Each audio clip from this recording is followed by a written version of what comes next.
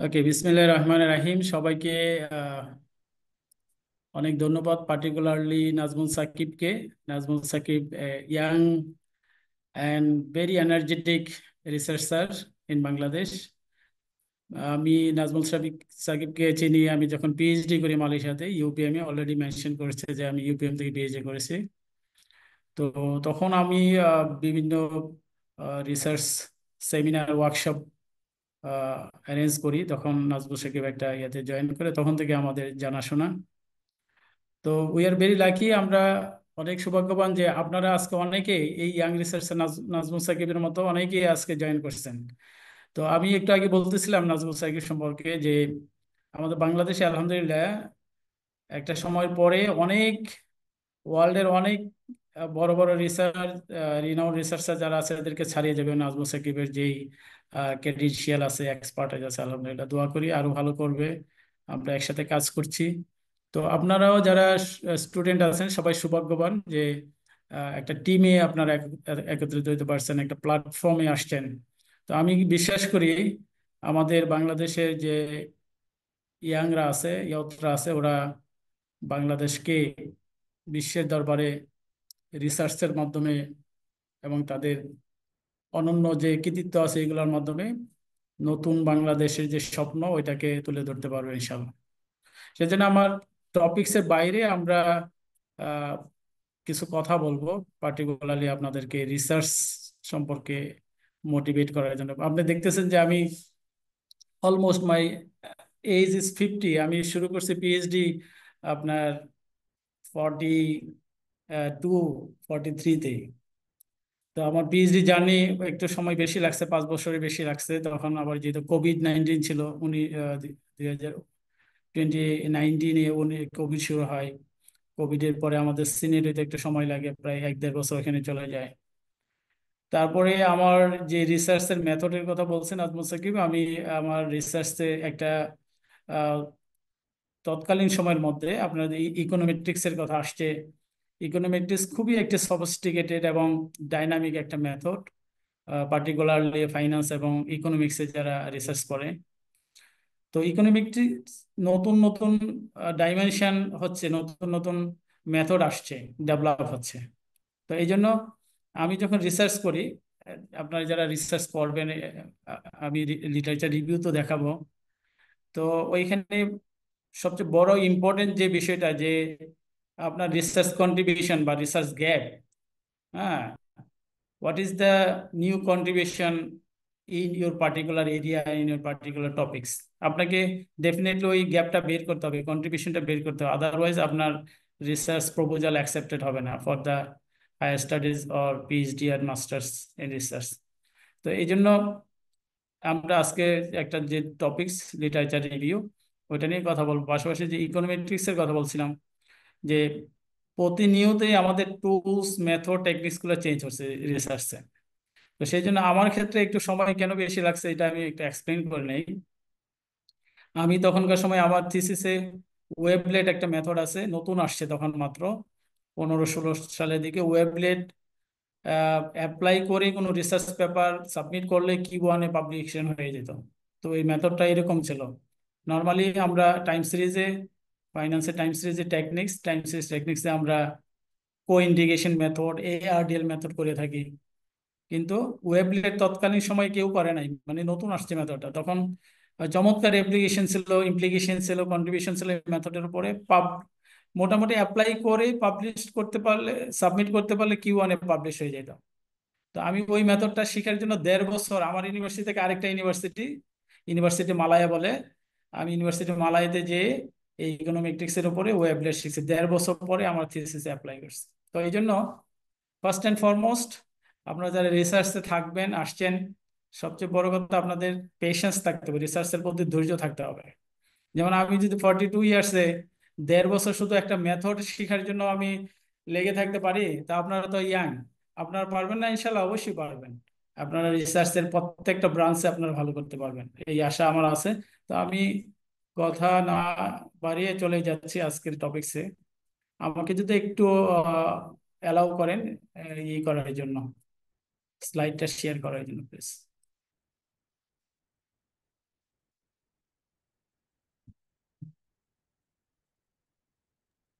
G sir, hopefully you can share, sir share করতে পারবেন আশা করি ইনশাল্লাহ।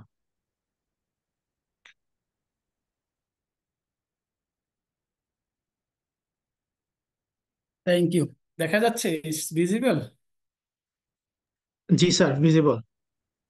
ওকে, থ্যাংক ইউ। সো আমাদের আজকে যে topics, mastering the art of literature review writing, step by step guide or guidelines. তো আমি একটু আগে উল্লেখ করছিলাম যে আমাদের রিসার্চের জন্য সবচেয়ে বড় যে বিষয়টা, যে আমাদেরকে we have to find the gap. আমাদের গ্যাপ বাইর করতে হবে যে কোন এরিয়াতে রিসার্চ এখনো এক্সপ্লোর হয় নাই। তো রিসার্চে, এর আগে আমি একটু বলে নেই যে রিসার্চটা আসলে কি। রিসার্চ যে শব্দটা, এটা দুইটা শব্দের combination, combination two words, re and search. এটা আপনারা হয়তো জানেন। রি means again and again, search means investigation, exploration, examine, determine, like this. তো আমরা যদি রিসার্চ করতে চাই, এগেন এন্ড এগেন সার্চ করতে হবে, এবং এটা সার্চ করতে হবে, ইনভেস্টিগেশনটা করতে হবে একটা সিস্টেমেটিক ওয়েতে। আমরা যদি সিস্টেমেটিক ওয়েতে সার্চ না করি, তাহলে আমাদের রিসার্চ হবে না। That's why research is a combination of two words, re and search, or we can say research is a systematic investigation to explore or create new knowledge or explore the existing knowledge in a new dimension. আমরা অনেক সময় research, different types of research আছে। রিসার্চে যারা applied research করে, that means the lab based research করে, for example the আপনার pharmaceutical বা ল্যাবে যারা যে রিসার্চগুলো করে, মেডিকেলে করে, ওরা যে রিসার্চটা করে আপনার নিউ নলেজ ক্রিয়েট করতে পারে। কেউ আপনার একটা, এই যে ভ্যাকসিন আবিষ্কার করলো, কোভিড-19-এর একটা ভ্যাকসিন আবিষ্কার করলো, ইটস টোটালি নতুন একটা বিষয় আবিষ্কার করলো, এটা রিসার্চ, রিসার্চের মাধ্যমে আসছে। আবার আমরা যারা সোশ্যাল সায়েন্সে রিসার্চ করি, এটা হচ্ছে আপনার এক্সিস্টিং নলেজ আছে, বডি অফ নলেজটা আছে, এটাকে আমরা এক্সপ্লোর করি একটা ডিফারেন্ট ডাইমেনশনে। এই যে ডিফারেন্ট ডাইমেনশনের কথা বললাম, এই ডিফারেন্ট ডাইমেনশন করতে গিয়ে আপনাকে ওই গ্যাপটা খুঁজে বের করতে হবে, নতুন কন্ট্রিবিউশনটা বের করতে হবে। Without solid contribution you cannot proceed in your research work. That's why it's very important. Literature রিভিউতে মাধ্যমে আমরা এই কন্ট্রিবিউশনটা বা গ্যাপটা বের করে থাকি। এই জন্য লিটারেচার রিভিউকে বলা হয় backbone of the research. Okay,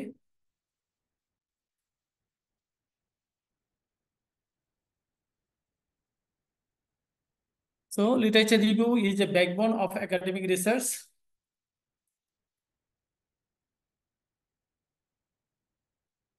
It's synthesis of existing knowledge and identify gaps to establish the context for a particular topics or study. আমি আগে যে কথাটা বলছি, তো লিটারেচার রিভিউটা হচ্ছে backbone of the academic research, এবং এটাকে সিনথেসাইজ, নলেজটাকে সিনথেসাইজ করবে এবং আমাদের গ্যাপটাকে আইডেন্টিফাই করবে। আমরা যেই টপিকস বা যে স্টাডিটা করতেছি, ওইটার গ্যাপটা আইডেন্টিফাই করা হচ্ছে এই লিটারেচার রিভিউর মূল উদ্দেশ্য। Crafting a literature review is not a easy task.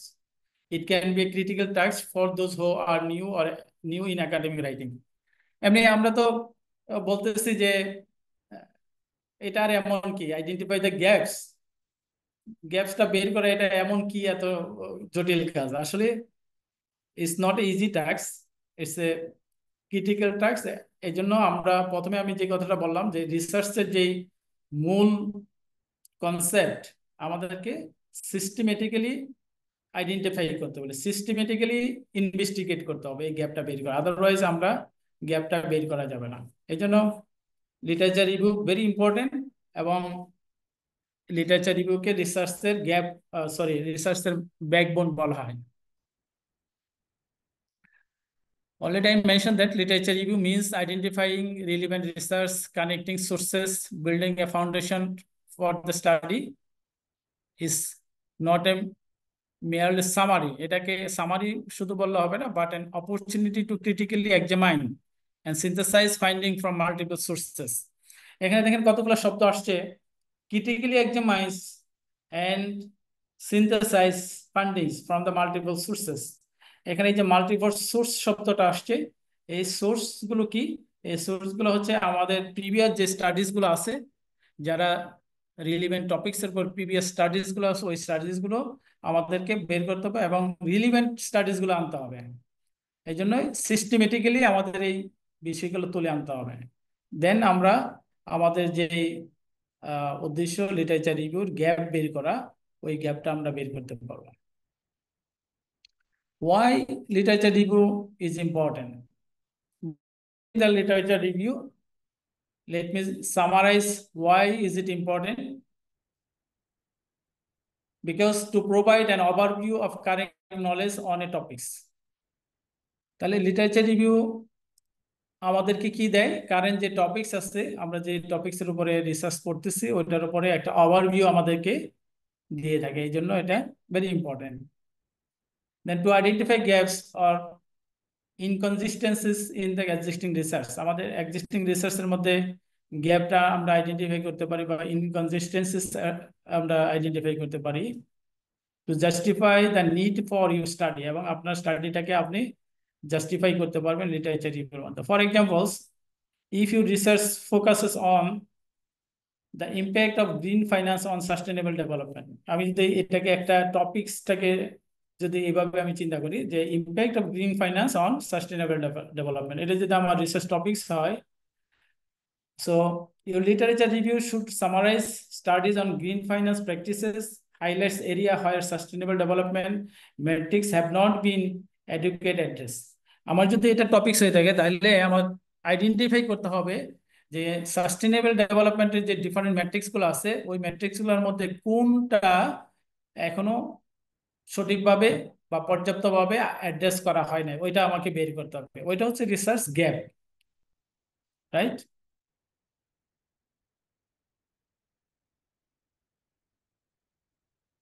Yes.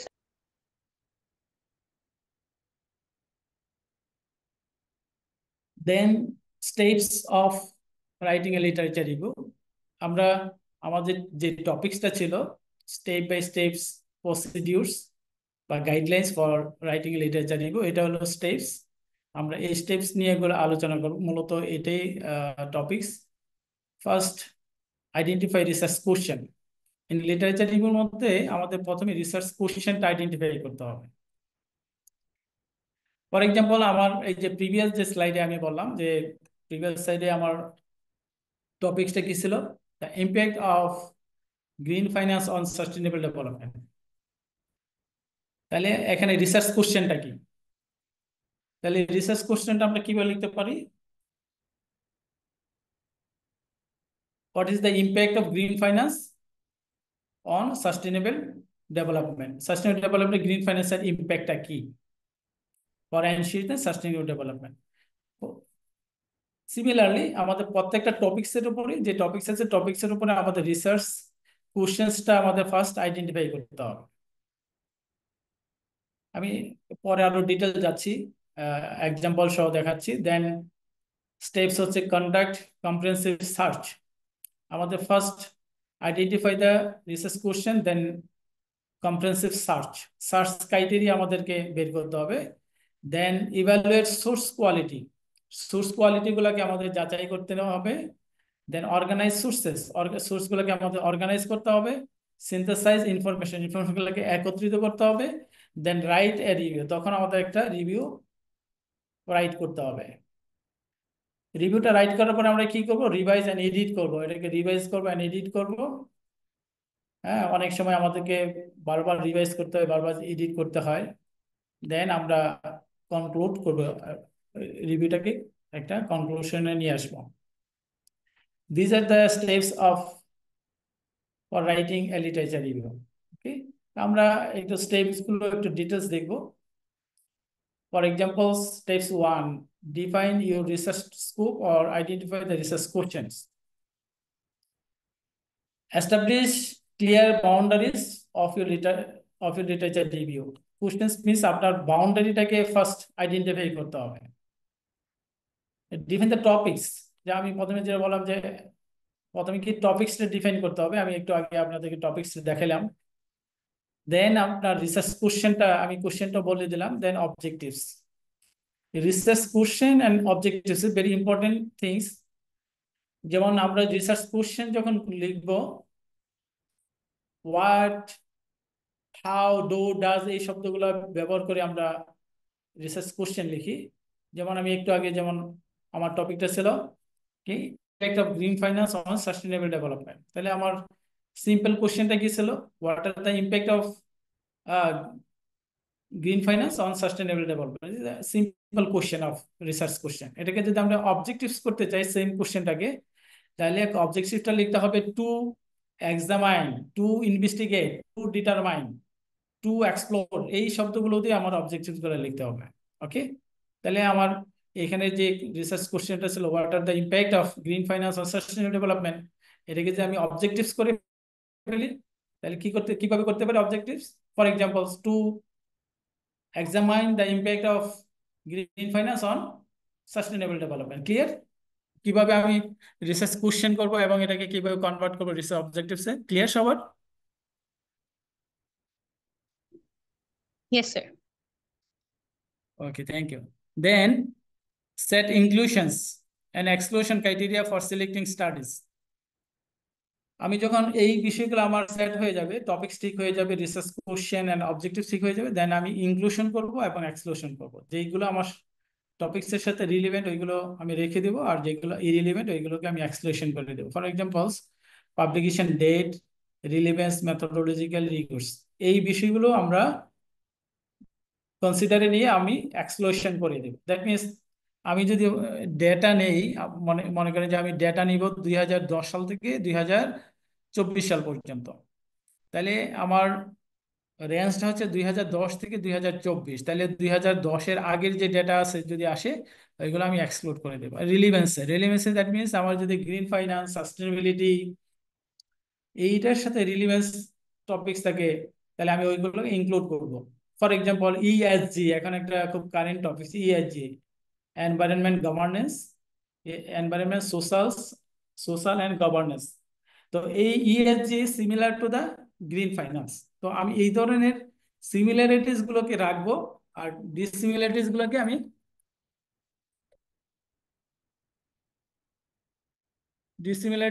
আমি এক্সক্লুড করে দেবো। ওকে, তো এটা হচ্ছে আপনার ইনক্লুশন এক্সক্লুশন ক্রাইটেরিয়া। তারপরে আমি কোন মেথড, আমি যে ফর এক্সাম্পল আমি যদি কোয়ান্টিটেটিভ মেথড ইউজ করি, তাহলে আমি কোয়ান্টিটিভ মেথডের গুলো রাখবো, কোয়ালিটেটিভ মেথডের পেপারগুলো আমি এক্সক্লুড করে দেব। এখানে দেখেন এক্সাম্পলটা দেয়া আছে, যেমন এই যে পাবলিকেশন ডেট যেমন 2015 থেকে 2024, এটা ক্রাইটেরিয়া দেওয়া হয়েছে 2015 থেকে 24, তাহলে 15-এর আগের যেগুলো আছে আমি এক্সক্লুড করে দিব। Okay, relevance, studies on green finance and sustainability, আমার এটা relevancy. Article unrelated to finance or sustainability এবং ফাইন্যান্সের বাইরে যেগুলো আছে আমি এগুলো এক্সক্লুড করে দেবো। এম্পিরিক্যাল অ্যান্ড থিওরিটিক্যাল স্টাডিজ, এটা আমি ইনক্লুশন করব।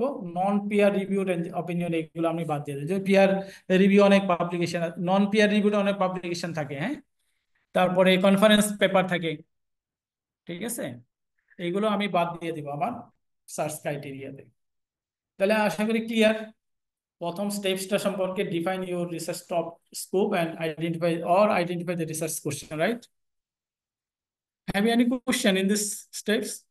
আপনাদের কোশ্চেন থাকলে এখানে ইয়ে করতে পারেন। আমরা we are trying to conduct this session in interactive way. ওকে,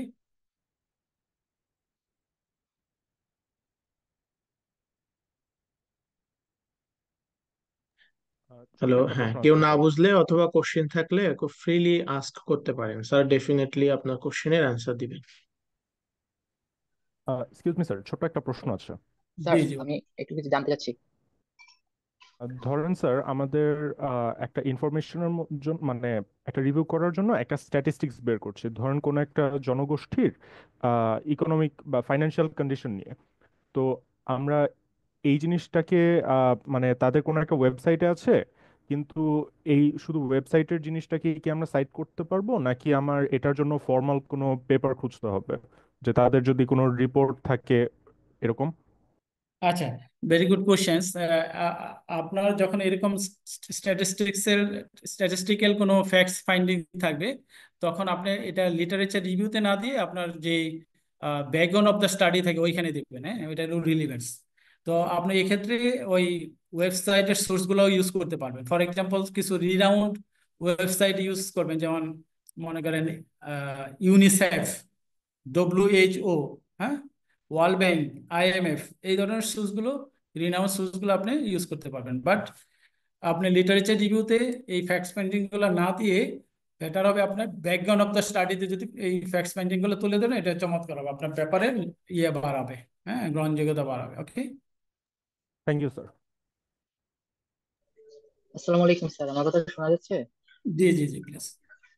আচ্ছা স্যার, এখানে যে হচ্ছে গ্যাপটা আমরা যে নিব, স্যার এটা হচ্ছে আমরা অ্যাকচুয়ালি শিওর হব কিভাবে যে এই গ্যাপটা অ্যাকচুয়ালি আমাদের আছে, বা হচ্ছে আমরা কি কোনো অপশন পাবো বা কোনো ওয়েবসাইটে কি অ্যাকচুয়ালি এটা নিয়ে বিস্তারিত লেখা থাকবে যে হচ্ছে এই বিষয়টা এখানে ক্লিয়ারলি ভাবে মেনশন নাই?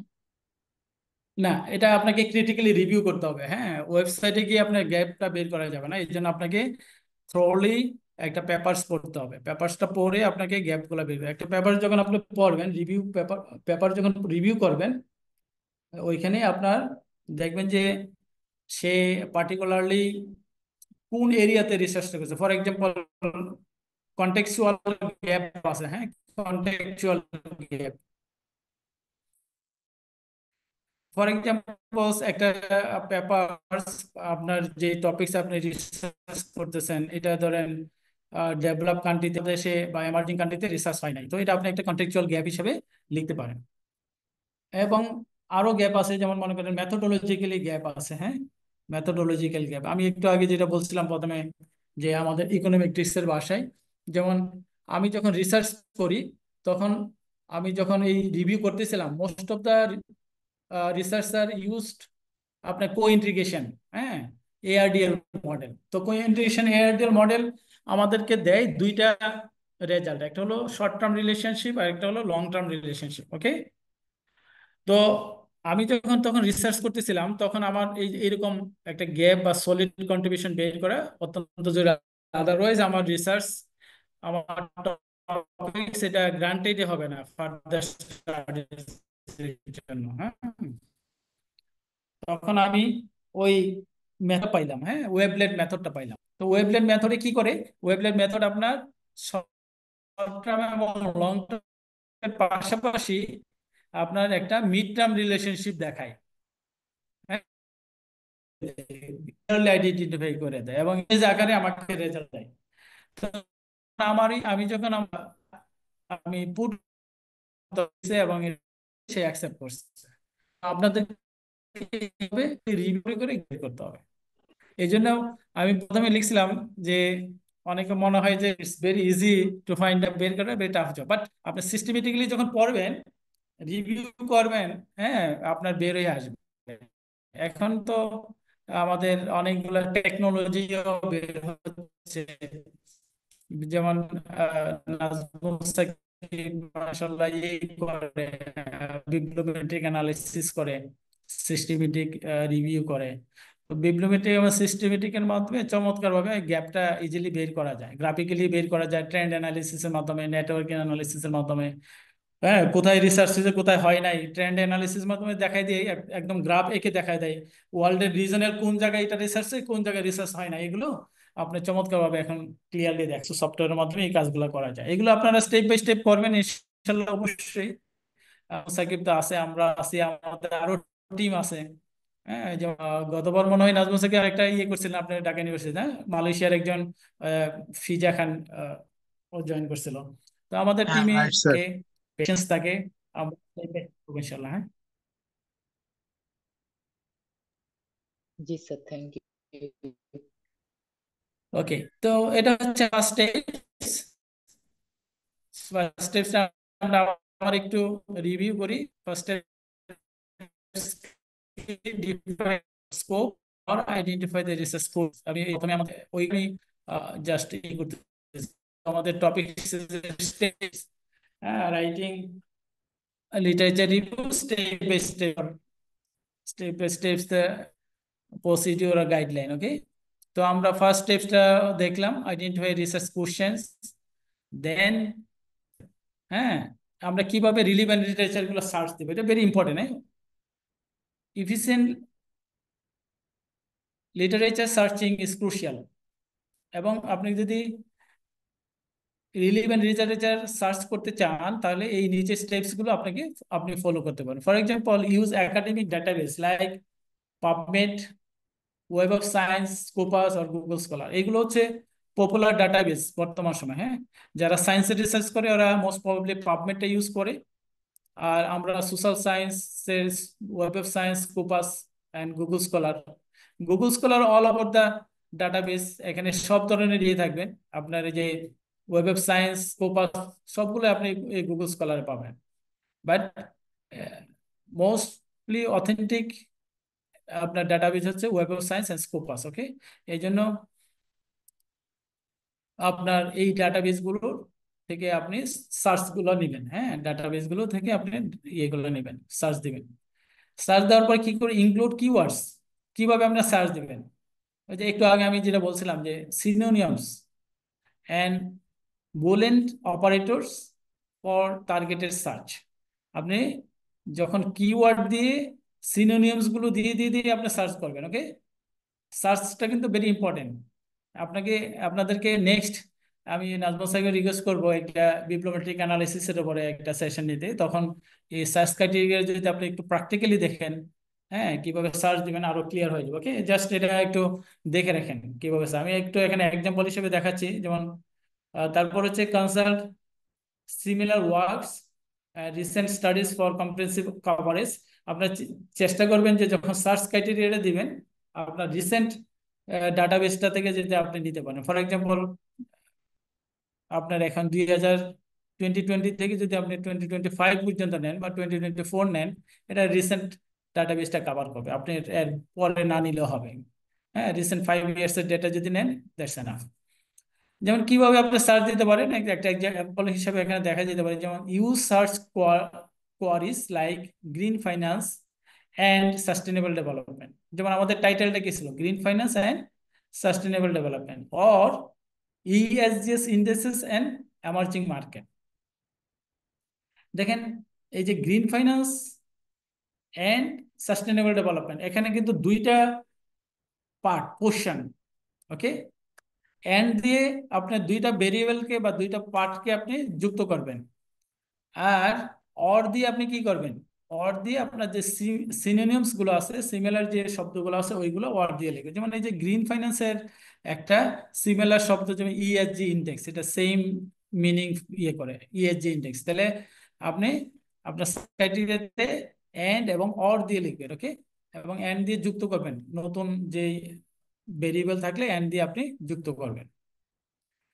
আমি আপনাকে প্রথমে, যেমন এটা প্রসিডিউরটি কি, ডিফাইন কিওয়ার্ডস। প্রথমে আপনি কিওয়ার্ড ডিফাইন করবেন, যেমন এই যে গ্রিন ফাইন্যান্স একটা কিওয়ার্ডস।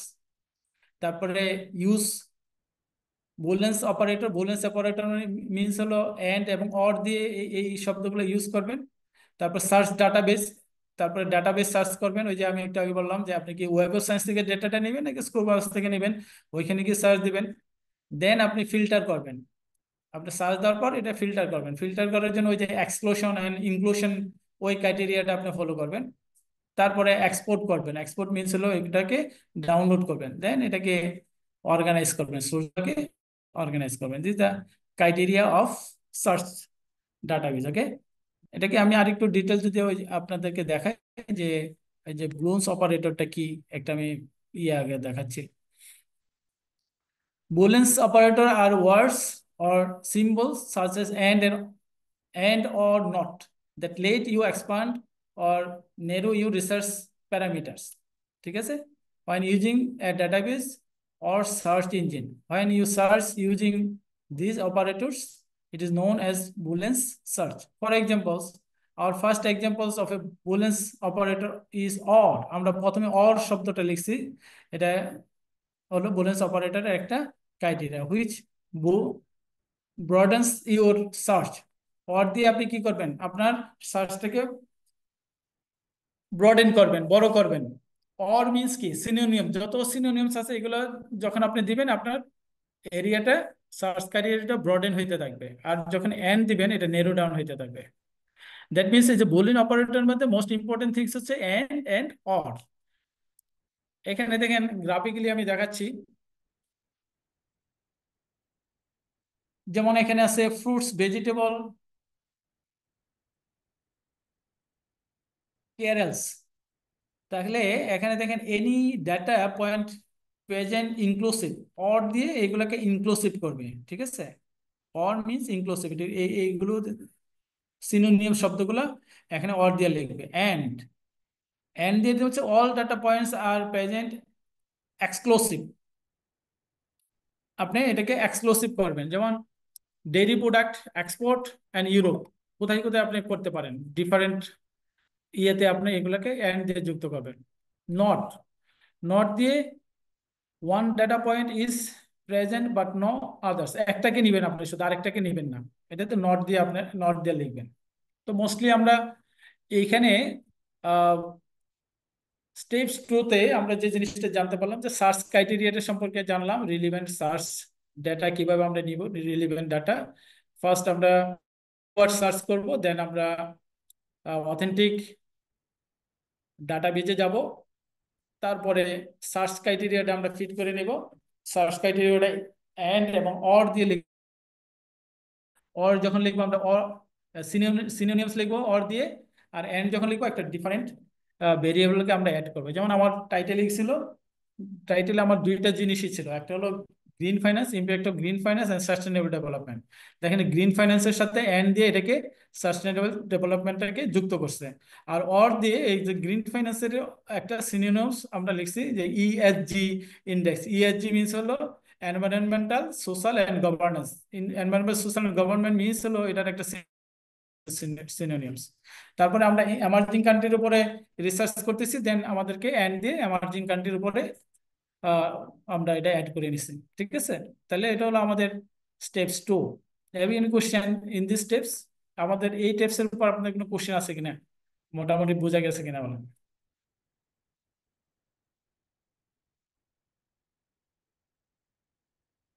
ডিফিকাল্ট মনে হচ্ছে না এখানে? স্যার একটা কোয়েশ্চেন ছিল। জি জি বলেন।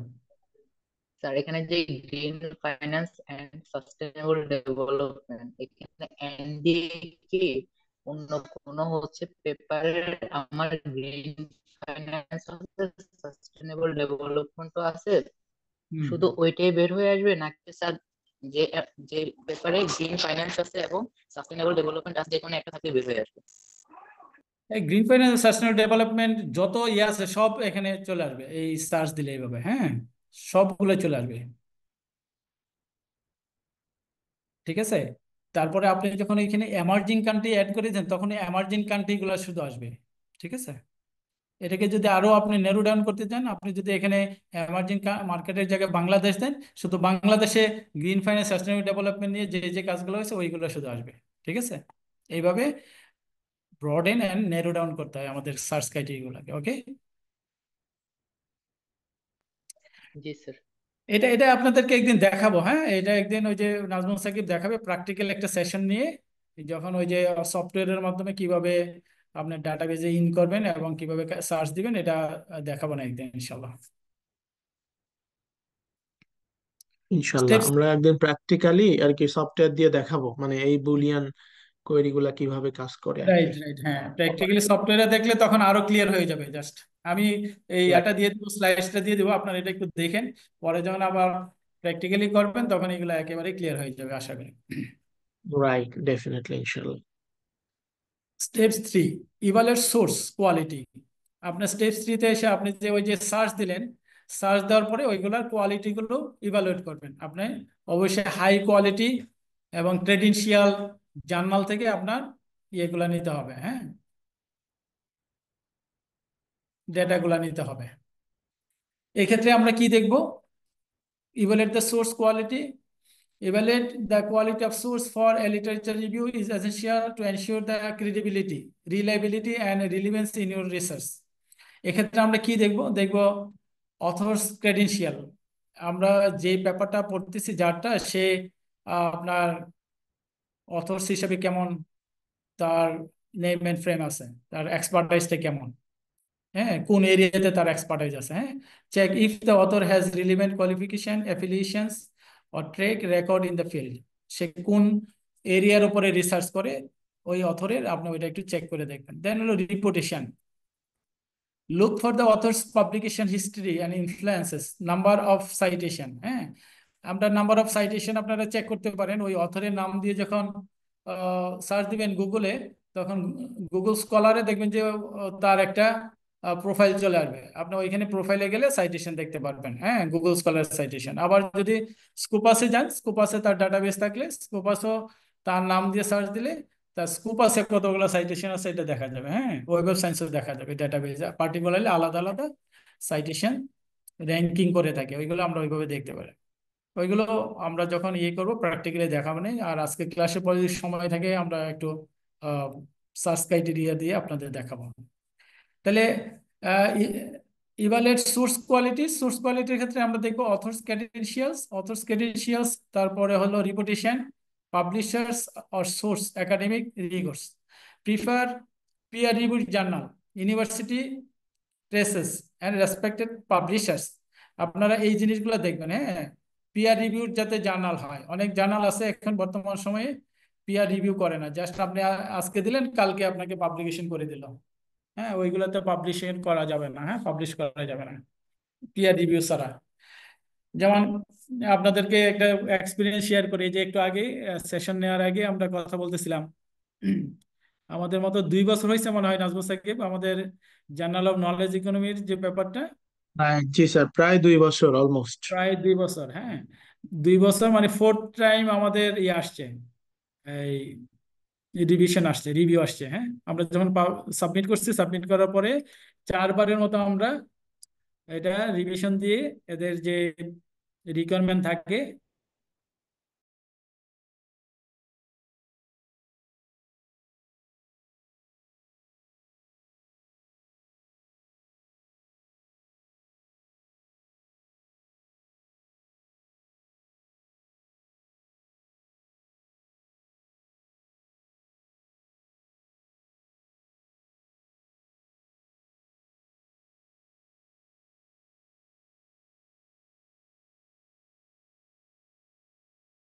প্রেস থেকে যদি পাবলিশ হয় ওইগুলোকে আমরা প্রিফার করব। এবং রেসপেক্টেড পাবলিশার্স এর মধ্যে ফর এক্সাম্পলস আপনার মনে এলসিবিআর, এটা খুব ভালো একটা পাবলিশার্স। তারপরে এমারেল্ড, ভালো পাবলিশার্স। তারপর হচ্ছে উইলি, টেইলর অ্যান্ড ফ্রান্সাইজ, ওকে, সেজ, এই ধরনের রিনাউন্ড পাবলিশার্স এর গুলো আমরা নিব। আমরা ওই যেন তেন অনেক আপনার গুগল স্কলারে গেলে অনেক পাবলিশার্স পাবেন, ওইগুলোকে আমরা এক্সক্লুড করে দেবো আমি ইয়ে থেকে, ক্রাইটেরিয়া থেকে। ওকে, বুঝে গেছে এটা? তো এইভাবে আমরা চেক করে নেব, হ্যাঁ। This is the steps 3.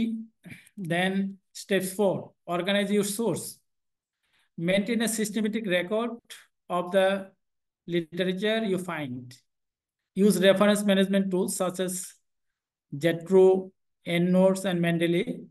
তো আপনি যখন এইগুলো বের করবেন, ওই অথেন্টিক ডাটাবেস পেয়ে যাবেন। ডাটাবেস পাওয়ার পরে এটাকে আপনি মেনটেন করবেন। কিছু রেফারেন্সিং টুলস আছে, যেমন জেট্রো একটা রেফারেন্সিং টুলস, এন্ডনোটস একটা টুলস, মেন্ডেলি একটা টুলস, হ্যাঁ। এগুলো দিয়ে যে কোনো একটা দিয়ে মেনটেন করবেন, ঠিক আছে। ম্যানুয়ালি মেনটেন না করে এগুলো দিয়ে মেনটেন করেন। পার্টিকুলারলি আপনাদেরকে আমি বলবো, নাজমুল সাহেব বলবো যে এই রেফারেন্সিং এর উপরে একটা সেশন নেওয়া যেতে পারে। এটা খুবই ইম্পর্টেন্ট, কিভাবে স্টুডেন্টরা ছোট ছোট বিষয়গুলো শিখুক, তারপরে ওরা আস্তে আস্তে ইয়ের দিকে আসবে, পার্টিকুলারলি একটা বিষয়ের উপরে শিখতে থাকো। তো এটার উপর একটা সেশন নেওয়া যেতে, কিভাবে রেফারেন্স মেনটেন করা যায় মেন্ডেলি বা ইননোটস বা জেট্রোর মাধ্যমে। দেন ক্রিয়েট অ্যান অটোমেটেড বিবলিওগ্রাফি। আপনি যখন এই যে এইগুলো ইউজ করবেন, তখন আপনার অটোমেটেড একটা বিবলিওগ্রাফি হয়ে যাবে। Summarise each sources, maintain finds, methodology and relevance, এইগুলো চলে আসবে। ফর এক্সাম্পলস এখানে একটা রেফারেন্স দেওয়া আছে, যেমন Smith J 2022 green finance and sustainable growth, journal of financial studies, ঠিক আছে। এটা হলো রেফারেন্স, ঠিক আছে, রেফারেন্স। তো এই যে স্মিথ যে অথর, তার নাম, তারপরে কত সালে সে পাবলিশ করছে, তারপরে এই যে টাইটেলটা, এটা হলো টাইটেল, গ্রিন ফাইন্যান্স থেকে গ্রোথ পর্যন্ত, এটা হচ্ছে টাইটেল। আর এটা হলো জার্নালের name, journal of financial studies, very good journal. আমি একটু আগে যেটা বললাম যে ভালো জার্নালে অবশ্যই পাবলিশ করতে হবে। তারপরে এটা volume and issue number 45, and 3 হচ্ছে ভলিউম অ্যান্ড ইস্যু নাম্বার। তারপরে ওই জার্নালের কত পেজ থেকে কত পেজে আপনার পেপারটা পাবলিশ হয়েছে, যেমন 123 থেকে 145 পেজে আপনার আপনার আর্টিকেলটা পাবলিশ হয়েছে ওদের জার্নালে। তো এইভাবে আপনাদের রেফারেন্সিং করতে হয়। এগুলো আপনাদের উপরে একটা আলাদা সেশন নেওয়া যেতে পারে রেফারেন্সিং এর উপরে, okay. Then steps 5, analyse and synthesise information. Critical reading and synthesizes distinguished and effective literature review, identify trend, pattern, and relationship among studies. ওই একটু আগে আমি যেটা বলছিলাম যে আহ, আপনাদেরকে ওই যে ওই সেশনটা নিলে আরো ক্লিয়ার হবে যে বিব্লিওমেট্রিক অ্যানালাইসিস যখন আমরা করব, আপনি ট্রেন্ড আইডেন্টিফাই করতে পারবেন যে এই টপিকসটা, যেমন আমি এখন যেটা বললাম যে গ্রিন ফাইন্যান্স, এই টপিকসটা কোন এরিয়াতে এখন বেশি রিসার্চ হচ্ছে, এটা কি চায়নাতে বেশি হচ্ছে, নাকি ইউএসএ তে বেশি হচ্ছে, না ইউকে তে বেশি হচ্ছে, না আম, আপনার জার্মানিতে বেশি হচ্ছে, এই ট্রেন্ড অ্যানালিসিসের মাধ্যমে আপনি বুঝতে পারবেন। দ্যাট মিনস আপনার যদি এটা অন্য কান্ট্রিতে হয়, তখন আপনি আপনার রিসার্চে লিখতে পারবেন, এটাও আপনার একটা গ্যাপ হিসাবে লিখতে পারেন যে এটা খুবই একটা ট্রেন্ডি টপিকস, যেহেতু এটা ডেভেলপ কান্ট্রিতে রিসার্চ হচ্ছে, এই রিসার্চটা বাংলাদেশে হওয়া দরকার, ডেভেলপিং কান্ট্রিতেও রিসার্চটা হওয়া দরকার। ওইভাবে আপনি জাস্টিফিকেশন দিয়ে দিবেন ট্রেন্ড অ্যানালিসিস। তারপরে এই যে ট্রেন্ড এন্ড প্যাটার্ন রিলেশনশিপ, কার সাথে কার রিলেশনশিপ আছে, গ্রিন ফাইন্যান্সের সাথে সাস্টেনেবিলিটির রিলেশনশিপটা আপনি তুলে ধরতে পারেন। সাস্টেনেবিলিটির মধ্যে অনেকগুলা আহ, বিষয় বা 17টা আমাদের গোল আছে। তো গ্রিন ফাইন্যান্স সাস্টেনেবিলিটির কোন গোলটাকে বেশি ইয়ে করে আর কোনটাকে করে না, ওইটাও আপনি দেখাইতে পারেন আপনার ইয়ের মধ্যে, গ্যাপের মধ্যে।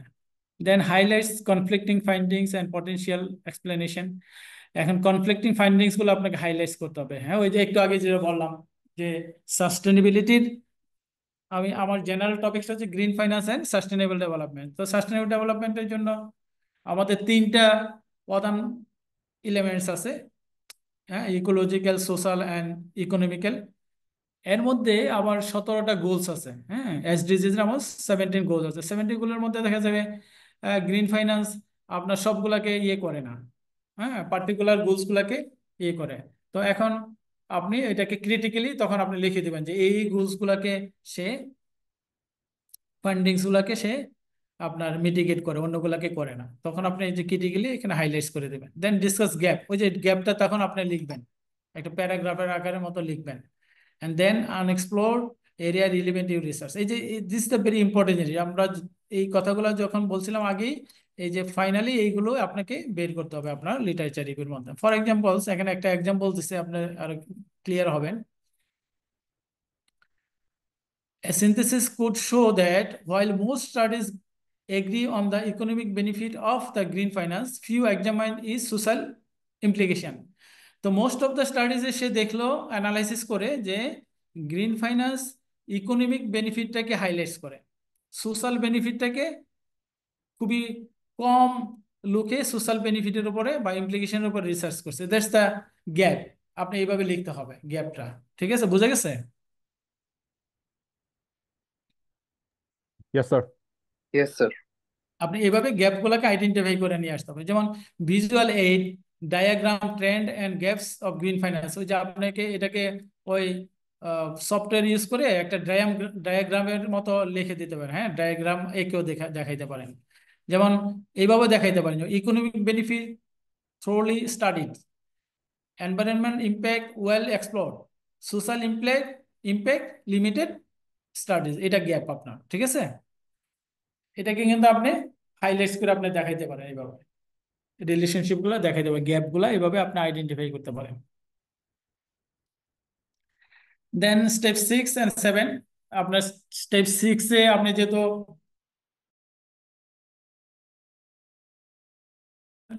রিভিউটা লিখে ফেলবেন। রিভিউ লেখার জন্য adapt an academic yet accessible writing style.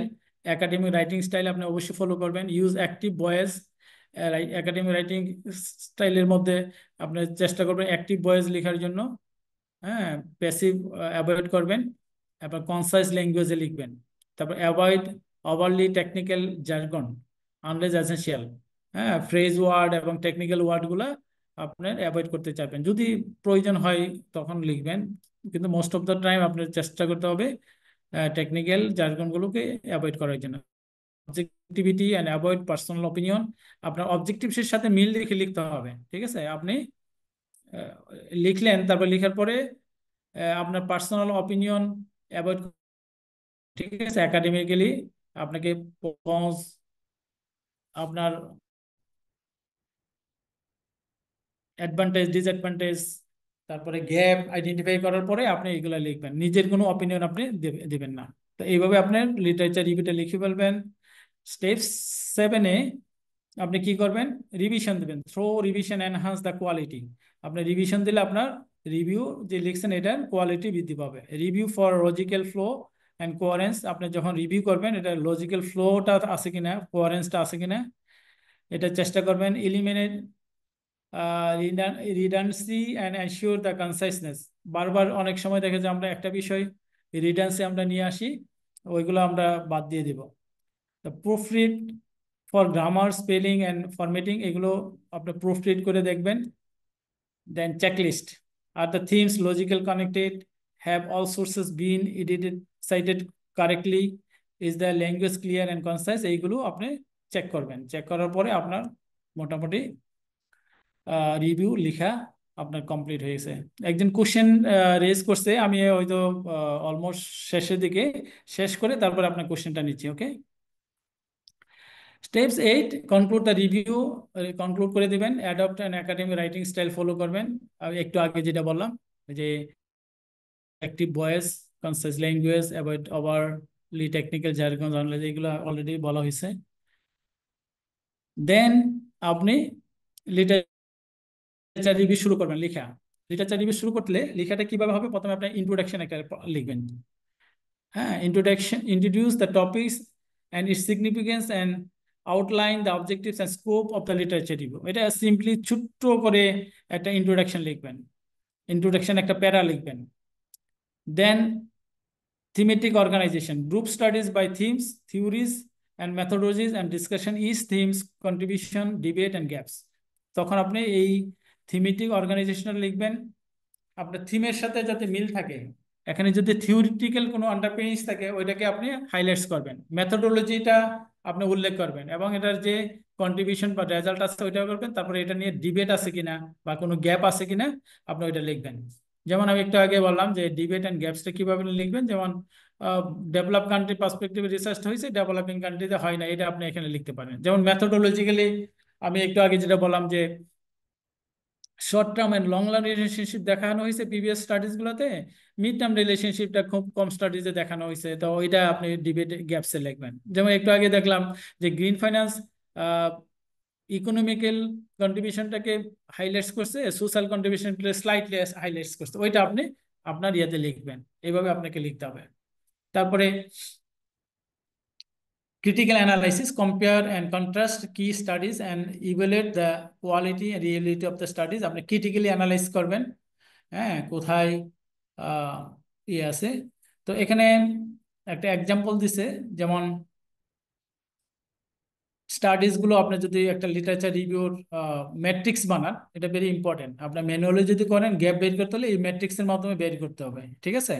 আর সফটওয়্যারের মাধ্যমে যদি করেন ওই বিবলিওমেট্রিক অ্যানালাইসিসের মধ্যে আপনার গ্যাপটা বের করা যাবে। আর ম্যানুয়ালি যদি করেন এইভাবে আপনি একটা ম্যাট্রিক্স বানাবেন লিটারেচার রিভিউ। প্রথমে কি অথর্স নেম অ্যান্ড ইয়ার, তারপর মেথোডোলজি কি কি মেথড সে ইউজ করছে, ফাইন্ডিংস কি ফাইন্ডিংস পাইছে, এবং এখানে গ্যাপটা বা লিমিটেশনটা কি ছিল। এখানে আমরা ওই যে বারবার যে কথাটা বলতেছিলাম যে আমাদের গ্যাপ বের করতে হবে, গ্যাপ বের করতে হবে। আমি যদি এইভাবে থ্রোলি ইয়ে করি একটা, এটা কিন্তু একটা পুরা একটা, এখানে দেখেন ব্রাউন 2020 সে মেথড ইউজ করছে case studies, green finance boost innovation, এটা হচ্ছে তার ফাইন্ডিংস, ঠিক আছে? তারপরে লিমিটেশন কি, স্যাম্পল সাইজ, সে ছোট স্যাম্পল নিয়ে রিসার্চ করছে, এটা একটা লিমিটেশন। এইভাবে আপনার প্রত্যেকটা পেপার ধরে ধরে সিস্টেমেটিক্যালি আপনার গ্যাপটা ফাইন্ড করতে হবে। Okay, finally summarise key insights and gaps and link the literature review for your research question. Finally আপনি একটা কনক্লুশন লিখে দিবেন। তো এতটুকুই ছিল আজকে আমার পক্ষ থেকে। Thank you very much. আপনাদের কোনো কোশ্চেন্স, কোয়ারিজ, সাজেশন থাকলে জিজ্ঞাসা করতে পারেন প্লিজ। স্যার আমার একটা কোয়েশ্চেন ছিল। প্লিজ। আম, আমাদের এখানে লেখার ক্ষেত্রে ইংলিশটা সফিস্টিকেটেড হওয়া কি ইম্পর্টেন্ট নাকি সিম্পল হওয়াটা ভালো? মানে আমার লেখার ধরনের উপর কি আমার রিসার্চের কোয়ালিটিটা কোনোভাবে নির্ভর করে?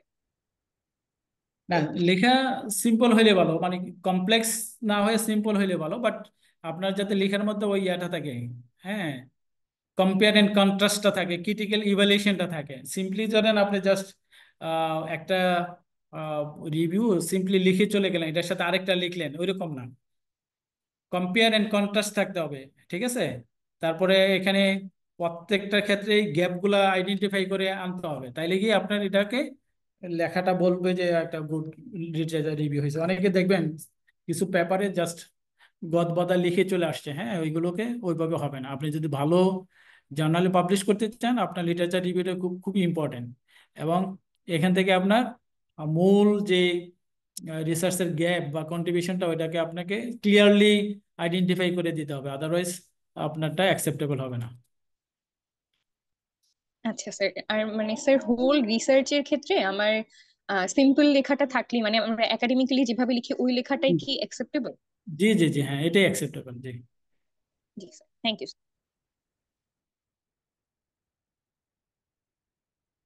Any question?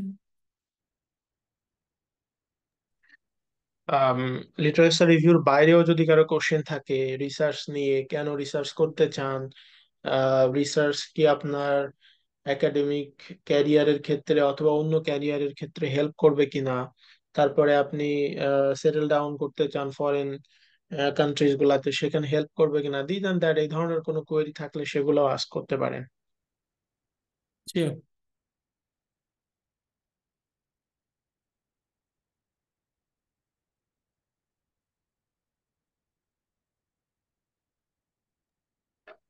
স্যার বিদেশে যদি সেটেল হওয়ার জন্য কেউ রিসার্চ করতে চায়, তো এই ক্ষেত্রে আপনার মতামত কি? সে যদি এই জাস্ট বিদেশে যাওয়ার পর্যায়ে পর্যন্তই রিসার্চটা করে পরবর্তীতে রিসার্চ কাজে না থাকতে চায়?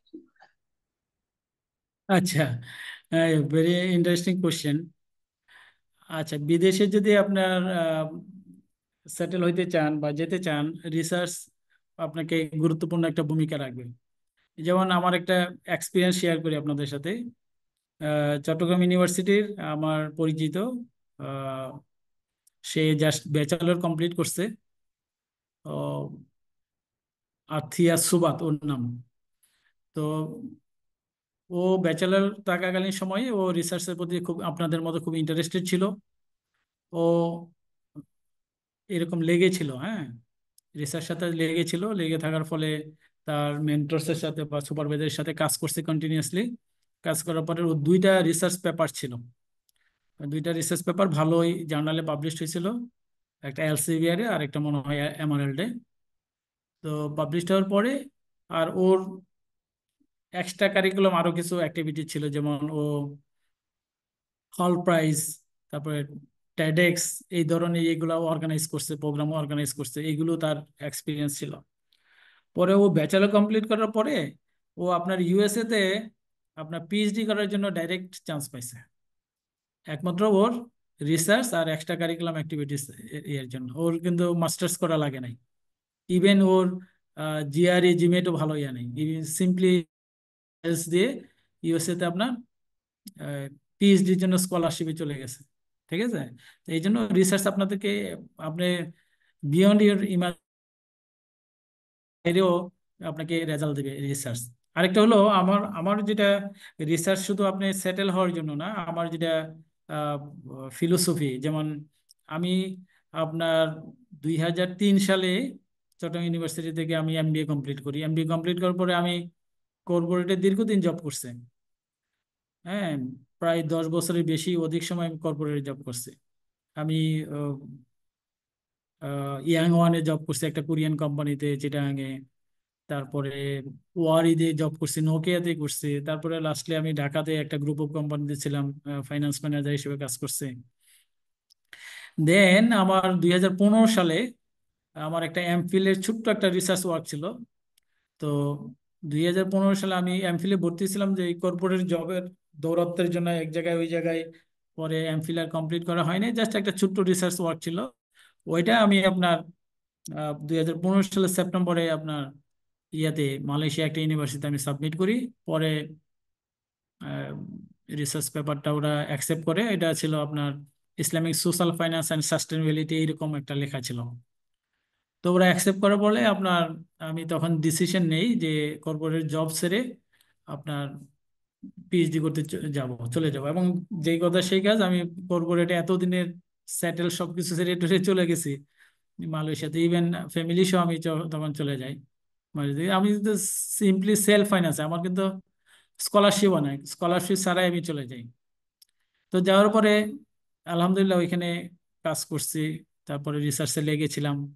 তো ইউপিএম সম্পর্কে নাজমুল সাকিব একটা ইন্ট্রোডাকশন বলছিল যে ইউপিএম মালয়েশিয়ার মধ্যে আমাদের যে ফ্যাকাল্টিটা, school of business and economics, SSB এবং EQUIS accredited faculty school, business school মালয়েশিয়ার মধ্যে একমাত্র এই বলা হয়, school of business and economics. একটি SSB এবং ইকিউএস দুইটা অ্যাক্রেডিটেশন মালয়েশিয়াতে এখনো অন্য বিজনেস গুলোতে নাই। তো ওইখানে আমি পিএইচডি করছি 5 বছর মতো, বেশ সময় লাগছে। তো আসলে আমি কেন ধরেন একটা সেটেল লাইফ কর্পোরেটের একটা ছেড়ে ভালো পজিশন থেকে আমি কেন 42 ইয়ার্স বা 40 ইয়ার্সে আপনি পিএইচডি করতে গেলাম। পিএইচডি করতে গেলাম এই জন্য আমি চিন্তা করলাম পরে যে পিএইচডির মূল যে বিষয়টা আমাকে পার্সোনালি আমাকে আহ, এই একাডেমিয়াতে আসতে করছে, ইনফ্লুয়েন্স করছে, এটা হচ্ছে আপনি যে কন্ট্রিবিউশন করলেন, রিসার্চে যে কন্ট্রিবিউশনটা করলেন, এই কন্ট্রিবিউশনটা কিন্তু contribution for the society, contribution for the Nations, contribution all over the world. ঠিক আছে? আপনি যদি একটা ভালো রিসার্চ করে যান, ভালো একটা বই লিখে যান, ভালো একটা আর্টিকেল লিখে যান, এই আর্টিকেলটা কিন্তু সাদাগায়ে জারিয়া। আপনি মনে করেন দুনিয়াতে থাকলেন আর না থাকলেন, আপনার এই আর্টিকেল সারা পৃথিবীর মানুষ সারাক্ষণ 24 ঘন্টা পড়তেছে, দেখতেছে, সাইট করতেছে। ঠিক আছে? তো মূল বিষয়টা হলো রিসার্চের ওই জায়গাতে। যেমন আমার একটা বন্ধু সোমালিয়ার, সে চমৎকার ইকোনোমেট্রিক জানতো, চমৎকার। এই ছেলে আপনার পিএইচডি কমপ্লিট করলো মালয়েশিয়া থেকে। আমি যে একসাথে আমরা করছি, আমার আগে ও কমপ্লিট করলো। কমপ্লিট করার পরে সে পোস্টডক করার কথা ওই সেম বিজনেস স্কুলে। বাড়ির ওর ইয়াত হলো, কান্ট্রি হচ্ছে সোমালিয়া। ও যখন পিএইচডি করছে টানা 3-4 বছর পিএইচডি করার সময় ওর ফ্যামিলির সাথে কোনো যোগাযোগ ছিল না। যোগাযোগ ছিল না বলতে যাইতে পারে নাই, এমনি তো ফোনে বা মেইলে যোগাযোগ ছিল, দেশে যায় নাই। একটানা সে পিএইচডি কমপ্লিট করে দেশে গেছে। দেশে যাওয়ার পরে আনফরচুনেটলি সোমালিয়া তখন আপনার পলিটিক্যালি একটা আনরেস্ট কান্ট্রি ছিল। তখন ও মসজিদে নামাজ পড়তে যাচ্ছে, ওই পথের মধ্যে সে ক্রস ফায়ারে মারা গেছে ছেলেটা। আহমেদ দিদার ওর নাম, ছেলেটার নাম, লম্বা করেছিল, এখনো আমার চোখের সামনে ভাসে। তো ওই মারা যায় তখন নামাজ পড়তে গিয়ে। ওর আর পোস্টডকও করা হয় নাই। ওর স্বপ্ন যেটা ছিল যে ওয়ার্ল্ড রিনাউন ইকোনোমেট্রিক্সিয়ান হওয়ার একটা স্বপ্ন ছিল, ওইটা আর পূর্ণ হয় নাই। বাট ও রিসার্চের সময় কিছু ভালো পাবলিকেশন করে গেছিল, এই জন্য তাকে পোস্টডকের জন্য অফার করছিল সেম বিজনেস স্কুল থেকে, পোস্টডক করার জন্য। কিন্তু সে তো আর পোস্টডক করতে আসতে পারে নাই, সে পরে চলে গেছে। কিন্তু তার যে রিসার্চ ওয়ার্ক, এই রিসার্চ ওয়ার্ক এখনো কিন্তু আছে, আমরা পড়ি, সারা দুনিয়ার মানুষ পড়তেছে, সাইটেশন করতেছে, সাইটেশন বাড়তেছে, এটা কিন্তু থেকে এসেছে, এটা কিন্তু একটা সাদাগায়ে জারিয়া। তো এই কন্ট্রিবিউশনটা আপনি কোনো কিছু কিন্তু মেজার করতে পারবেন না। ঠিক আছে? দুনিয়ার কোনো কিছু এটা দিয়ে মেজারেবল হবে না। এই জন্য আমরা রিসার্চে আসছি বা রিসার্চ করি। তো আপনাদের কাছেও আমার সেম এক্সপেকটেশন যে আপনারা, আপনাদের কেরিয়ার তো হবেই। কেরিয়ারের একটা তো এক্সাম্পল আমি দিলাম, এই লাইভ এক্সাম্পল আমার পরিচিত একটা মেয়ের, এরকম অনেক আছে। কেরিয়ার তো ডেভেলপমেন্ট হবেই, পাশাপাশি সবচেয়ে বড় যে contribution for the society, for the Nations and for the world, এটার জন্য আপনারা রিসার্চ করবেন। Any question please? Yes sir, আমার প্রশ্ন হলো দুইটা সিনারিও দিয়ে স্যার একটু প্রশ্নটা করি। প্রথমত, আহ, এমন কিছু আহ, ঘটনা শুনেছি যে রিসার্চের মাঝপথে সুপারভাইজার বললেন যে এটা নিয়ে রিসার্চ, মানে যে গ্যাপটা ফাইন্ড আউট করেছেন সেটা হয় নাই, মানে হচ্ছে এই গ্যাপটা অ্যাকচুয়ালি এক্সিস্ট করে না, হয়তোবা আমাদের রিভিউতে ঘাটতি থেকে গিয়েছে। অথবা ধরেন স্যার, প্রকৃতপক্ষে ঘাটতি আছে কিন্তু ওই পর্যন্ত আমি রিভিউ করতে পারলাম না। তাহলে স্যার আমি কি দেখে বলতে পারবো, বা এটা কি বলার কোনো উপায় আছে কিনা যে আমার লিটারেচার রিভিউটা যথেষ্ট হয়েছে, বা এই রিভিউটা কি কোনোদিন স্যার যথেষ্ট হয়? না, আহ, চমৎকার কোশ্চেন, ভালো কোশ্চেন করছেন।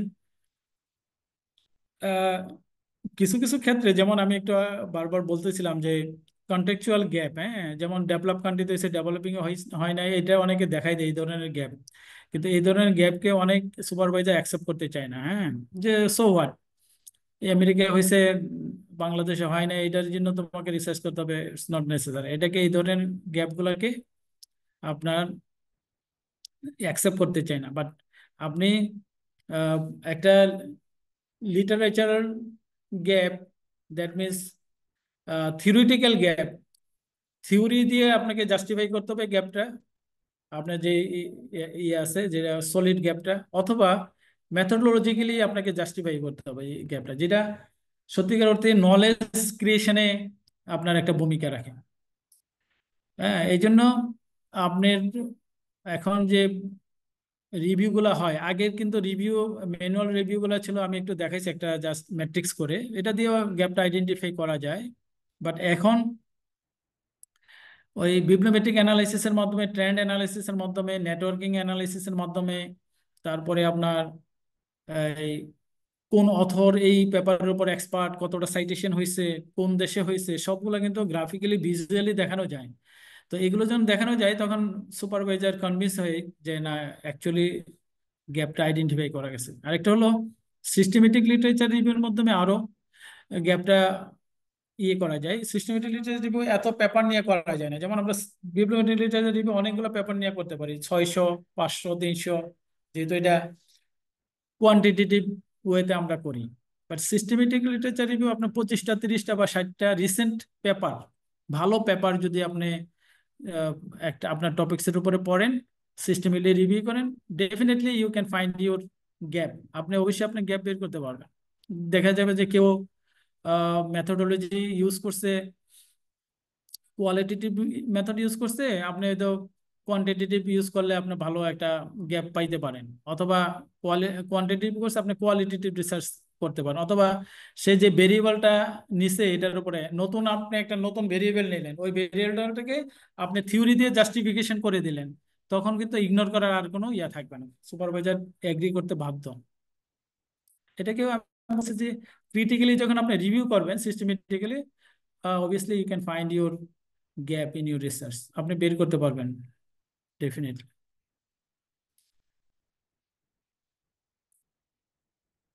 Thank you sir.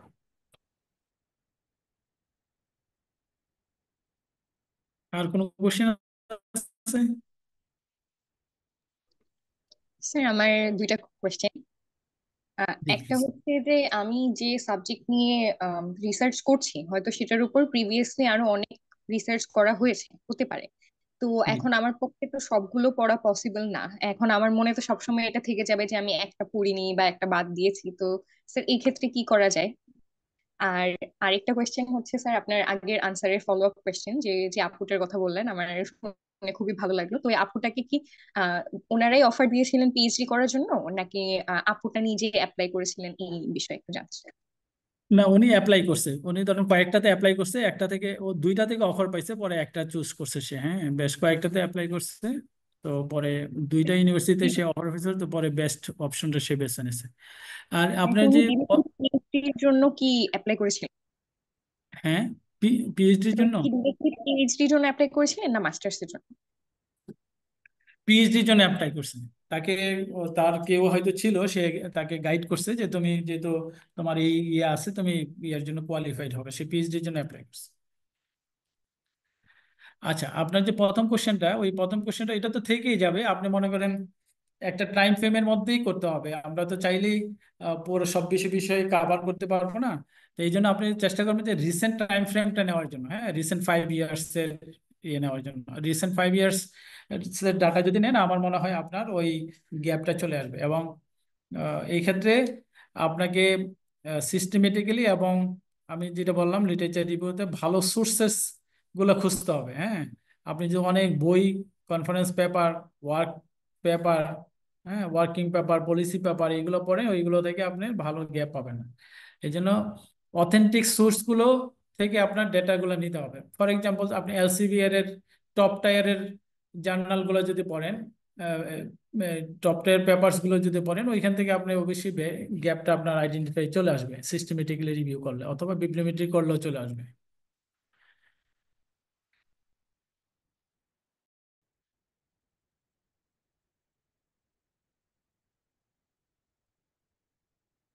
আর কোনো questions? Any other question? Sir আরেকটা কোয়েশ্চেন আমার। জি জি। আমি এমন যদি হয় যে আমি যে রিসার্চটা করছি ওইটা এক্সিস্টিং ডাটা প্রায় নেই বললেই চলে, সো স্যার তখন আমি কিভাবে সাইটেশন করব? এক্সিস্টিং ডেটা কোন ধরনের ডেটা? আপনি তো দেখতে হবে যে আপনি যখন আপনি টপিক সিলেক্ট করবেন, তখনই আপনি দেখতে হবে যে আপনি আহ, এটা কি আপনার প্রাইমারি ডাটা দিয়ে করবেন, আপনার সেকেন্ডারি ডাটা নিয়ে করবেন। ঠিক আছে, আপনি যদি মনে করেন ডেটা না থাকে, আপনি তখন কোয়ালিটেটিভ রিসার্চ করবেন। কোয়ালিটেটিভ রিসার্চ করলে আপনার স্টেক হোল্ডারদের ডেটা নেবেন। স্টেক হোল্ডারদের ডেটা, বেশি ডেটা লাগে না। আপনি কোয়ালিটেটিভ রিসার্চ করলে আপনার 10 থেকে 15 জন বা 20 জন ম্যাক্সিমাম নিলে আপনি ইয়ে করে ফেলতে পারবেন, পেপার হয়ে যাবে, রিসার্চ হয়ে যাবে। ঠিক আছে, আপনি নতুন বিষয় নিয়েও করতে পারবেন, ডেটা না থাকলে হবে। Okay sir, thank you.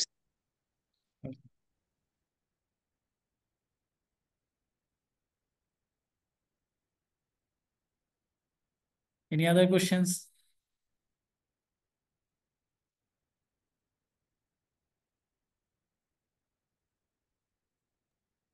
আর কোনো কোশ্চেন আছে?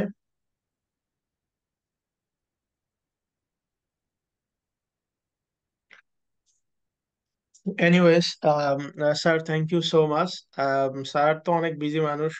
এই ইউনিভার্সিটির স্যার হচ্ছে যে বিজনেস স্কুলের অ্যাক্টিং ডিনও ছিলেন। তো স্যারের বিজি স্কেজুলের ভিতর দিয়ে সময় দিয়েছেন আমাদেরকে, এই জন্য অসংখ্য ধন্যবাদ। এবং আমরা আসলে অনেক কিছু জানতে পেরেছি যে লিটারেচার রিভিউ কিভাবে করতে হয়, অনেক ইনসাইটফুল আলোচনা। কিন্তু এটার মাধ্যমে হোপফুলি স্টুডেন্টরা অনেক বেনিফিটেড হবে, যদিও তারা মানে একেবারে নতুন, তো এই জন্য হয়তো বিষয়গুলা উম, মানে জি জি। আহ, একেবারে নিউ হওয়ার কারণে হয়তো অনেক শাইনেস বা ইনার্শিয়া কাজ করতেছে কোশ্চিন করার ক্ষেত্রে। তো ডেফিনেটলি এটা একটা তাদের জন্য একটা স্টার্টিং পয়েন্ট হিসাবে কাজ করবে হোপফুলি। এটা তারা এই সেশন থেকে অনেক বেনিফিটেড হবে এবং তাদের ফিউচার যে রিসার্চ ক্যারিয়ার সেটাতে তারা যোগ করতে পারবে। তো আবার ধন্যবাদ জানাচ্ছি স্যার, আপনার মূল্যবান সময়ের ভিতরে আমাদেরকে সময় দেওয়ার জন্য। ডেফিনেটলি ইন ফিউচার আমরা স্যারের যে এক্সপার্ট যে এরিয়া আছে, যেমন প্যানেল ডেটা অ্যানালিসিস, তারপরে হচ্ছে ইকোনোমেট্রিক্স অ্যানালিসিস, তো এই ধরনের কোন একটা ইন্টারেক্টিভ নেক্সট আর একটু ডেভেলপ করে তাদেরকে হয়তো এই ধরনের কোন একটা অ্যানালিসিস সেশনে আবার আপনাকে ইনশাল্লাহ ইনভাইট করব। ইনশাল্লাহ, থ্যাংক ইউ। আমি একটু জাস্ট লাস্টলি একটু অ্যাড করি স্টুডেন্টদের উদ্দেশ্যে, যে আসলে আপনারা রিসার্চের জন্য লেগে থাকেন, হ্যাঁ, পেশেন্সটা রাখেন, ভালো কিছু হবে আপনাদের দিয়ে। ঠিক আছে, যেমন আমি যেখানে পড়াই, এটা একটা প্রাইভেট ইউনিভার্সিটি চিটাগাংয়ে, USTC, university science and technology Chittagong. তো প্রাইভেট ইউনিভার্সিটি স্টুডেন্টরা স্বাভাবিকভাবেই পাবলিক ইউনিভার্সিটি থেকে আপনার ক্যাটাগরিক্যালি এবং বিভিন্নভাবে ওরা একটু লো মেরিটোরিয়াস হয়, বা এদের প্রোফাইল আপনাদের চেয়ে ইয়ে থাকে, বিলো স্ট্যান্ডার্ড থাকে। তো সেক্ষেত্রে আমি যেটা দেখছি যে বাইরের স্টুডেন্টরা গ্রাজুয়েশন থেকে আপনার এই রিসার্চে ইনভলভ হয়, এবং ওরা মাস্টার্সে যে রিসার্চ করে, আমরা পিএইচডি তো সেই মানে রিসার্চ করতে দুর্দান্ত রিসার্চ করে, এই গ্রাজুয়েশন থেকে যদি এঙ্গেজ করানো যায়। তো এখানে আসার পরে আমার 2 বছরের মতো আমি এখানে আছি, 2 বছর বা এর একটু বেশি। তো আমি এখানে এরকম আপনাদের মতো টিম নিয়ে কাজ শুরু করছি। আমি প্রথমে খুব হতাশ ছিলাম, স্টুডেন্টরা মাথার উপর দিয়ে যেতে বুঝতো না বা রিসার্চে ইন্টারেস্ট ছিল না, কিন্তু 1 2 জন করে আমি যখন এখন আস্তে আস্তে ওদেরকে কাজ করাচ্ছি, ওরা কিন্তু এখন ওই যে আপনার এই 2টা স্টুডেন্ট যাবে আপনার ইয়াতে একটা ইউনিভার্সিটিতে প্রেজেন্ট করতে, রিসার্চ পেপার, কনফারেন্স পেপার। তারপর দেশের বাইরেও আমি পাঠাবো, এরকম প্ল্যান আছে। ওরা এখন খুবই এন্থুসিয়াস্টিক রিসার্চ শিখার ব্যাপারে, এবং দুই একটা পাবলিকেশনও হয়েছে। তো আপনারা পারবেন, ওরা যদি পারে আপনারা পারবেন, এসব জাস্ট রিসার্চে লেগে থাকেন। আর আমি তো রিসার্চ কেন, এটা ইন ডেপথ বললাম, এই কন্ট্রিবিউশনটা কেন রিসার্চ করবেন, এর চেয়ে আর বড় কোনো ইয়ে নাই, মোটিভেশন নাই রিসার্চের জন্য। তো আপনারা যদি রিসার্চ করেন, দুনিয়া এবং আখেরা দুইটার ক্ষেত্রে আপনারা লাভবান হবেন ইনশাল্লাহ। তো আপনারা ভালো থাকবেন, দোয়া করবেন আমার জন্য। আর যে কোনো ইয়েতে আমরা তো একসাথে আছি, নাজমুল সাকিবের সাথে আছি, কানেক্টেড আছি, আমরা কাজ করি। আপনাদের যে কোনো ইয়েতে আমরা আবার যে কোনো সেশনে বা যে কোনো ইয়েতে, আর আমার এখানে দাওয়াত রইল, আপনারা আসবেন আমার ইউনিভার্সিটিতে। আমার ইউনিভার্সিটিতে আপনারা যদি আসেন গ্রুপলি বা কোনো একটা এরকম ইয়ে হিসেবে, আমি খুবই খুশি হব। তখন দেখা যাবে একটা সেশনে আপনারা আপনাদের এক্সপিরিয়েন্সটা শেয়ার করলে, আমাদের স্টুডেন্টরা শেয়ার করলো, এটা ইন্টারেক্টিভ একটা সেশনও হইতে পারে। দুইটা হইতে পারে, একটা ট্যুরও হইলো, পাশাপাশি শিক্ষা হইলো। তো আপনাদেরকে আমাদের চট্টগ্রামে দাওয়াত রইলো, নাজমুল সাকিব নিয়ে আসবেন স্টুডেন্টদেরকে, হ্যাঁ। আমরা একটা অবশ্যই ইয়ে ইনশাল্লাহ স্যার। স্ন্যাপ নিতে পারেন সবাইকে নিয়ে, যদি সম্ভব হয় আর কি। রাইট স্যার, এখানে আমাদের টিম মেম্বার একজন আছে, এই যে মাহবুবুর রহমান মুহিত। আমরা একসাথে হচ্ছে যে ফিনটেক এর উপর একটা বিব্লিওমেট্রিক অ্যানালিসিস করেছি, এবং জি, সেই পেপারটা কাইন্ড অফ মোটামুটি ভালোই সাইটেশন পেয়েছে। লাস্ট ইয়ারে 40 বা 45 এই ধরনের সাইটেশন দেখলাম। মাশাআল্লাহ তো মাশাআল্লাহ। আমাদের যে আসসালাম মাহবুবুর রহমান মুহিত হচ্ছে ওয়েসেল ডিপার্টমেন্টের মাস্টার্স এমবিএ এর স্টুডেন্ট। তো আমরা হুম, একসাথে স্যারের সাথে আমরা একই টিমে কাজ করেছি বেশ কয়েকটা। তো জি জি, মুহিত যদি কোনো কিছু শেয়ার করতে চান আপনি, সেক্ষেত্রে you you are very much welcome to share anything if you want. Please please. আসসালামু আলাইকুম স্যার। ওয়ালাইকুম আসসালাম। স্যার আমার নেটওয়ার্কটা একটু আনস্টেবল আছে। আহ, স্যার আমার কথা কি শোনা যাচ্ছে? জি জি জি, হ্যাঁ, হ্যাঁ আমরা শুনতে শুনতে পাচ্ছি। জি স্যার, এটা স্যার অ্যাকচুয়াল স্যার, এটা কেরিয়ার স্যার, এটা পার্সোনাল ইন্টারেস্ট বা যে একটা মজা পাওয়া যায় রিসার্চ থেকে, যে কোনো একটা নতুন ইনসাইট পাচ্ছি, কোনো কিছু নতুন শিখছি, সেটাও একটা ভালো মোটিভেটর হিসাবে কাজ করে স্যার রিসার্চ করার জন্য।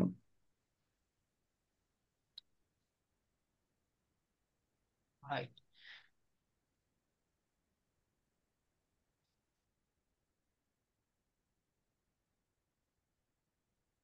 মেবি মুহিতের কানেকশন একটু আনস্টেবল, এই জন্য আমরা কাইন্ড অফ হয়তো শুনতে পাচ্ছি না, আবার ডিসকানেক্ট হয়ে গেল কিনা। এনিওয়েজ, তো স্যার আপনাকে আবারও অসংখ্য ধন্যবাদ, আপনি সময় দিয়েছেন, মূল্যবান সময়।